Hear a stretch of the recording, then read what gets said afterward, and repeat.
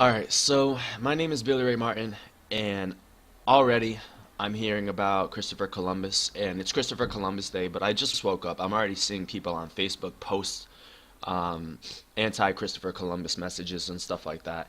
But it's even deeper than what those posts are explaining. It's even deeper than that. So I want to just quickly explain the achievements that were not Christopher Columbus's, that people commonly believe are his.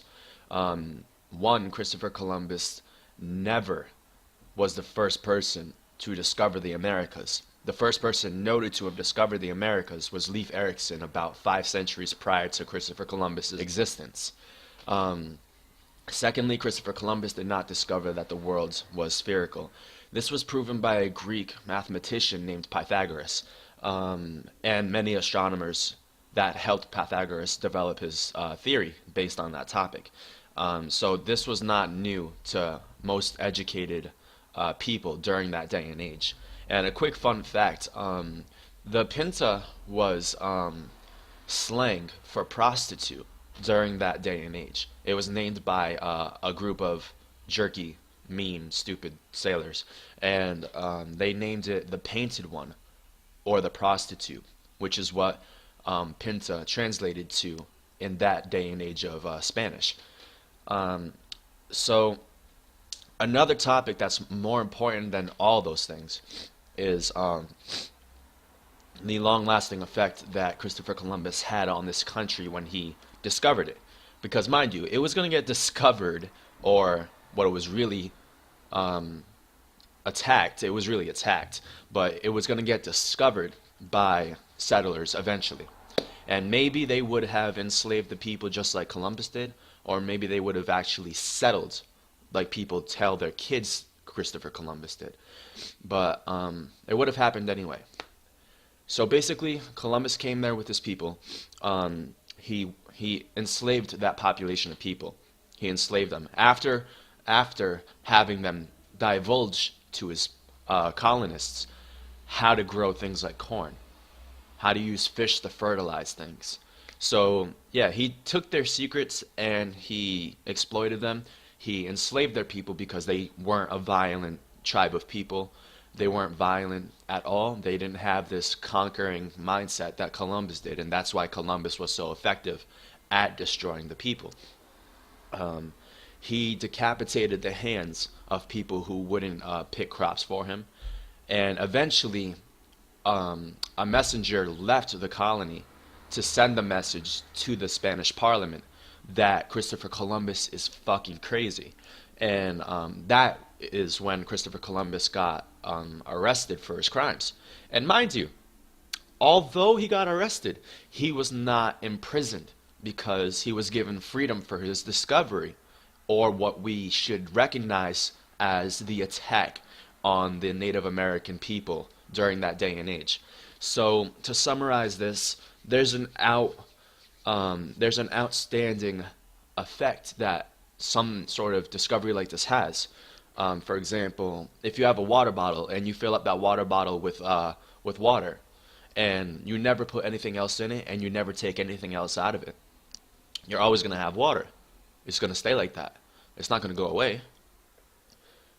Well, think of America as the water bottle container, and think of us, the people, the civilians, the government.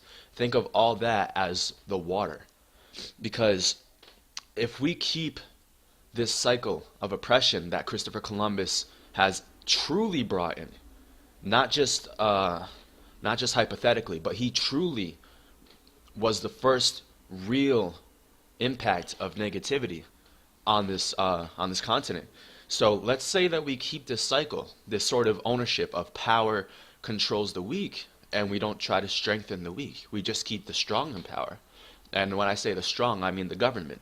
And when I say the weak, I say we the people, the Americans, the civilians, the Hispanic, Latino, the black, the Asian, the urban white communities.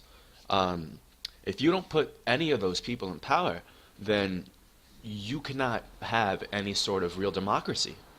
Because the way that democracy works, there are people who trickle money down from the top, and there's this huge, well, not intentionally, but there is conceived to be in the future this larger gap, not huge, but this larger gap of a poverty rate in the people that are lower class and lower middle class. And the upper class is such a small percentage, but they maintain so much money for their percentage. And when it works like that, you have a democracy. And when you have a democracy that's set up under Obama's care, which is set to present an equilibrium, because it's a communist mindset. It's set to equalize things. It's set to make the higher class down here. It's set to make the lower class here. But you are in a democracy, and in a democracy, there has to be people trickling down from the top. And if there is a success in the attempt at equilibrium that Obama is trying to do, in other words, if Obama's attempt to equalize finance in this country works, there's no more money trickling down from the top, and there's no more people at the bottom receiving it. And yes, I have a cat. She's beautiful, isn't she? But so you can't have a democratic system. I mean, you can't have a democracy if you're going to have a communist system, because it's so flawed. I mean, but I mean, without getting way too into it, because I don't know a hell of a lot on the topic, but I know enough to make this video confidently, and whether it's hated or appreciated, I'm still going to put it up there. And whether you disagree or agree, I respect your opinion as long as you can back up your responses, as long as you can validate them. And happy Columbus Day. Thank you for watching this video. Bye.